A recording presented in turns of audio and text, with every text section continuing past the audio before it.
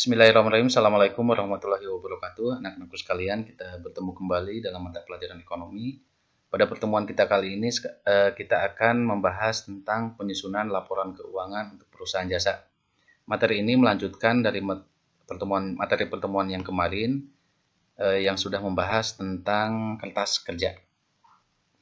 Ya, kita bahas kembali bagaimana posisi kita di tahapan siklus akuntansinya. Di awal transaksi sudah dicatat dalam jurnal umum, dari jurnal umum sudah dipindah bukukan ke buku besar, dan saldo-saldonya dibuat daftar dalam bentuk neraca saldo. Nah, selanjutnya neraca saldo ini kita cek, kita koreksi dengan jurnal penyesuaian untuk menghasilkan neraca saldo yang betulnya, dan nanti akan terlihat di kertas kerja. Nah, materi kertas kerja ini sudah kita bahas di pertemuan minggu kemarin. Pada pertemuan sebelumnya, ini kita sudah membahas bahwa agar laporan keuangan ini lebih mudah dalam penyusunannya, maka kita buat kertas kerja. Jadi fungsi kertas kerja itu salah satunya adalah untuk mempermudah dalam penyusunan laporan keuangan. Sehingga sekarang ketika kita akan membuat laporan keuangan, maka data yang diambil itu dari kertas kerja. Data kertas kerjanya adalah yang kolom yang terakhir, yaitu kolom laba rugi dan kolom neraca. Ya, laporan keuangan di perusahaan jasa yang akan kita bahas sekarang adalah laporan keuangan utamanya, yaitu ada 3 yang akan kita bahas sekarang. Yang pertama adalah laporan laba rugi. Laporan laba rugi usaha. Itu laporan yang menggambarkan itu hasil usaha perusahaan dalam satu periode tentunya. Apakah perusahaannya laba atau rugi. Itu akan terlihatnya di laporan laba rugi. Yang kedua adalah laporan perubahan modal.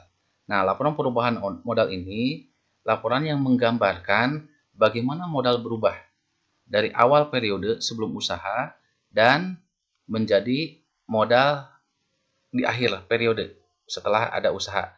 Tentu saja yang diharapkan adalah ketika di akhir periode modalnya jadi berubah, jadi bertambah. Tapi nanti apakah bertambah atau berkurang itu tergantung dari hasil usaha atau dari kondisi usaha perusahaan. Itu akan terlihatnya di laporan perubahan modal. Terus yang ketiga adalah laporan neraca. Nah, laporan neraca itu menggambarkan posisi harta, hutang, dan modalnya. Nanti kita akan melihat persamaan dasar akuntansi yang dulu pernah kita bahas. Jumlah harta itu harus sama dengan hutang dan modal. Itu akan terlihatnya di neraca. Ya, kita bahas yang pertama, laporan laba rugi. Nah, sumber datanya diperoleh dari kertas kerja, kolom laba rugi. Jadi kalian lihat lagi kertas kerja yang sudah kalian buat, dan di sana ada kolom laba rugi. Di debit nanti ada angkanya berapa, dan di kredit nanti ada angkanya berapa. Angka-angka itulah yang akan diambil. Nah, laba rugi usaha ini diperoleh dari menselisihkan antara jumlah pendapatan dengan jumlah beban dalam satu periode. Kalau hitungan matematisnya seperti ini, laba atau rugi itu jumlah pendapatan dikurangi dengan jumlah beban. Jadi kalau pendapatannya lebih besar dari beban, maka perusahaan laba. Tapi kalau pendapatannya lebih kecil dari beban, maka perusahaan rugi. Ya, ini adalah kertas kerja yang sudah kalian buat. Kertas kerja ini salah satu fungsinya adalah untuk mempermudah penyusunan laporan keuangan. Salah satunya adalah ketika sekarang kita akan menyusun laporan laba rugi. Dasarnya dari sini, dari kolom laba rugi ini. Di kolom laba rugi ini, di kredit itu ada angka 4.500.000. Itu menunjukkan akun pendapatan. Inilah yang nanti akan diambil di laporan laba rugi. Terus berikutnya nih, yang kolom di debit, itu semuanya kalau kalian perhatikan, itu kolom akun beban semuanya. Beban gaji, beban listrik, beban penyusutan, beban perlengkapan, beban sewa, beban asuransi, utang gaji tidak. Ini sampai beban asuransi. Angka yang diambil adalah angka yang ini. Angka yang di kertas kerja kolom laba rugi. Bukan yang di sini. Ini lupakan sebelumnya. Jadi yang ini saja yang diambil. 4.500.000, 400, 250, 200, 100, 400, dan 150 ini yang diambil. Nah, sekarang coba kita buat laporan laba ruginya. Pertama, kita sajikan dulu pendapatan.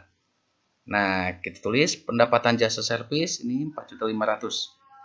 Kalau ada pendapatan lain-lain, maka ditulis di sini. Kebetulan tidak ada pendapatan lain-lain. Sehingga jumlah pendapatannya adalah 4.500.000. Nah, sekarang kita sajikan beban usaha. Beban usaha, lihat di kertas kerja, di sana ada beban gaji, beban listrik, beban penyusutan, perlengkapan, sewa, beban asuransi, semuanya. Angka-angkanya tadi diambil dari kertas kerja kolom laba rugi semuanya. Jadi jangan diambil dari kolom yang lain. Jadi kolom laba rugi yang diambilnya. Dan kalau dijumlahkan, jumlah beban usaha itu ada 1.500.000. Nah, kita selisihkan jumlah pendapatan dengan jumlah beban.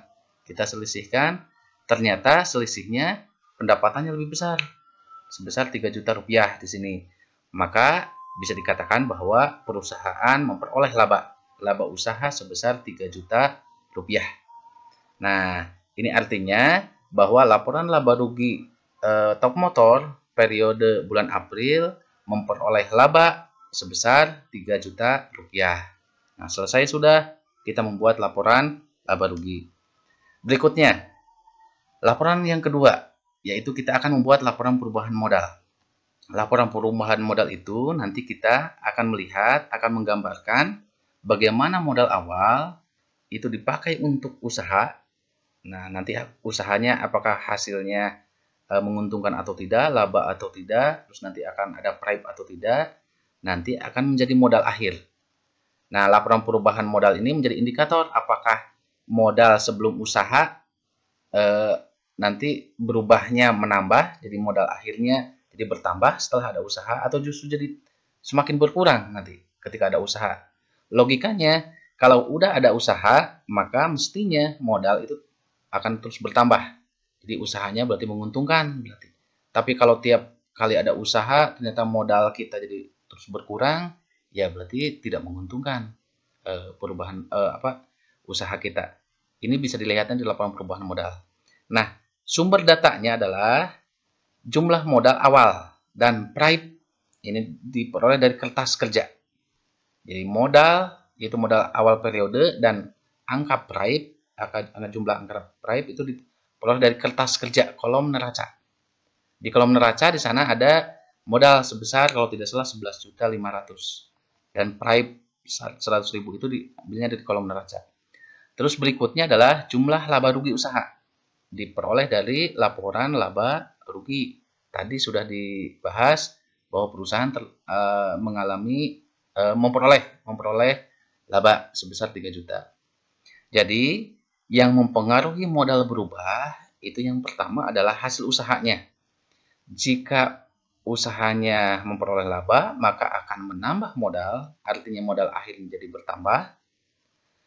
Namun kalau rugi, usahanya mengalami kerugian, maka modalnya akan berkurang atau sifatnya mengurangi modal. Terus yang kedua, yang mempengaruhi modal itu adalah price. Jadi kalau pemilik mengambil aset perusahaan atau price untuk keperluan pribadi, itu langsung akan mengurangi modal. Nah, sekarang inilah perhitungannya. Jika laba, maka perhitungan modal akhirnya adalah modal awal ditambah laba dikurangi price.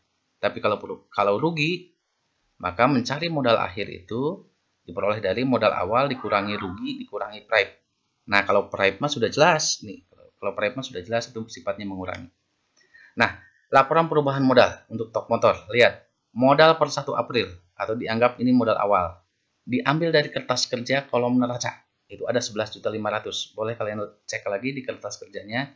Itu modal 11.500.000. Terus sekarang hasil usaha. Tadi di laporan laba rugi, ternyata usaha perusahaan itu memperoleh laba. Artinya laba usaha sebesar 3 juta rupiah. Ini diambil dari laporan laba rugi tadi yang sebelumnya. Sehingga ini sifatnya menambah. Jadi untuk sementara modal jadi bertambah. Jadi 14.500.000. Terus di kertas kerja, di kolom neraca, boleh dicek lagi. Itu ada price sebesar 100.000. Nah, kalau price ini ada, itu sifatnya mengurangi.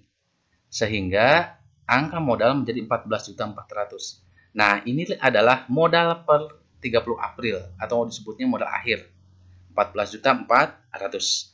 Nah, modal inilah yang nanti akan diambil untuk membuat laporan neraca nantinya.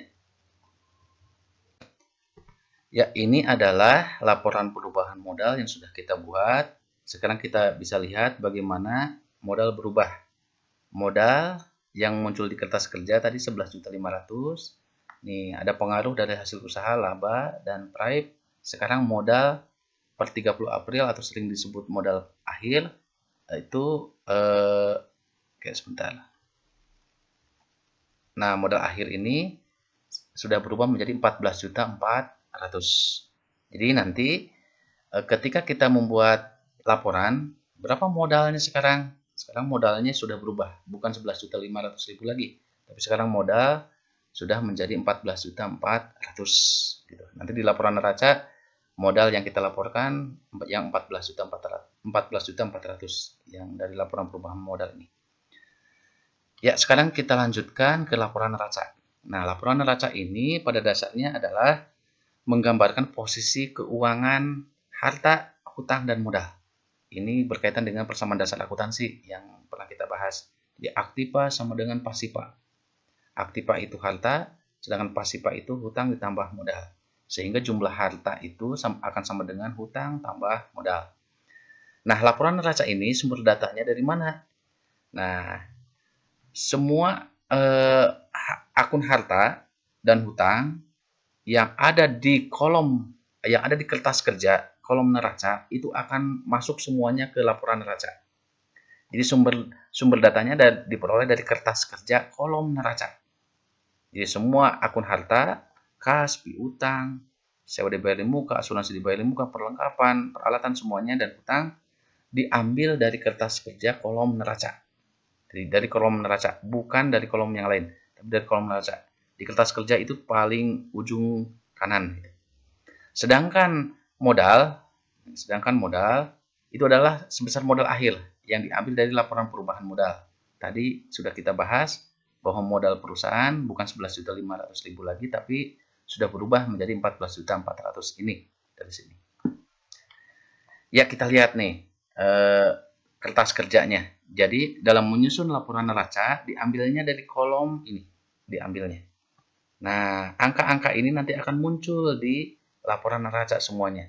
Kecuali 11.500.000 ini modal. Modal 11.500.000 sekarang bukan 11.500.000 lagi, tapi sekarang sudah jadi 14.400.000. Terus Prime juga tadi sudah masuk ke laporan perubahan modal. Nah, yang lainnya nanti ini akan masuk ke neraca. Nah, sekarang bagaimana kita membuat laporan neracanya? Nah, bentuk laporan neracanya yang Bapak contohkan di sini adalah bentuk T seperti ini. Di sebelah kiri kolom bagian melaporkan hartanya, dan bagian sebelah kanan kita laporkan hutang dan modal atau pasivanya. Untuk harta, ini ada pembagian, ada harta lancar dan ada harta tetap. Ini sudah kita bahas. Nah, untuk harta lancarnya, kas ini 10.250.000 diambil dari kertas kerja kolom neraca. Jadi diambilnya dari kertas kerja kolom neraca semuanya. Di utang usaha 1.500.000. Nah, sewa dibayar di muka 800.000 diambil dari kertas kerja kolom neraca. Jadi bukan dari neraca saldo, bukan. Asuransi dibayar di muka pun 300.000 ini diambil dari kolom neraca di kertas kerjanya. Perlengkapan 150.000. Terus peralatan 2 juta. Nah, di sini akumulasi penyusutan dalam kurung kurawal. Nah, kalau dalam kurung kurawal itu sifatnya mengurangi berarti. Nah, kalau dijumlahkan, ini dijumlahkan sampai ke peralatan. Nah, yang 200 itu langsung dikurangi. Jadi 10.250 ditambah 1,5 juta, ditambah 800, tambah 300.000, tambah 150, tambah 2 juta, dikurangi 200.000. Jadi jumlahnya 14.800.000. Ini kolom untuk bagian hartanya. Harta perusahaan berarti posisinya jumlahnya ada 14.800.000. Nah, untuk bagian yang sebelah kanannya, untuk bagian pasifanya. Pertama hutang. Hutang usahanya 300.000. Ini diambil dari kertas kerja kolom neraca sama dari tadi. Hutang gaji 100.000. Itu ada di bagian bawah kalau tidak salah di kertas kerja, bagian di kolom neraca. Jadi jumlah hutangnya 400.000. Nah, modal Tuan Ahmad kalau di kertas kerja itu 11.500.000. Tapi sekarang untuk laporan neraca, modal Tuan Ahmad diambilnya dari laporan perubahan modal. Jadi angkanya 14.400.000. Nah, kalau jumlah hutang ditambah dengan modal, itu jumlahnya 14.800.000. Berarti jumlah aktiva sama dengan jumlah pasiva. Jadi aktifanya 14.800.000, pasifanya pun 14.800.000. Seperti itu. Nah, anak-anak sekalian, selesai sudah kita membahas bagaimana cara menyusun laporan keuangan yang diambil datanya dari kertas kerja yang sudah kita buat. Terima kasih anak-anak sekalian atas perhatiannya. Tetap semangat, jaga kesehatan. Wassalamualaikum warahmatullahi wabarakatuh.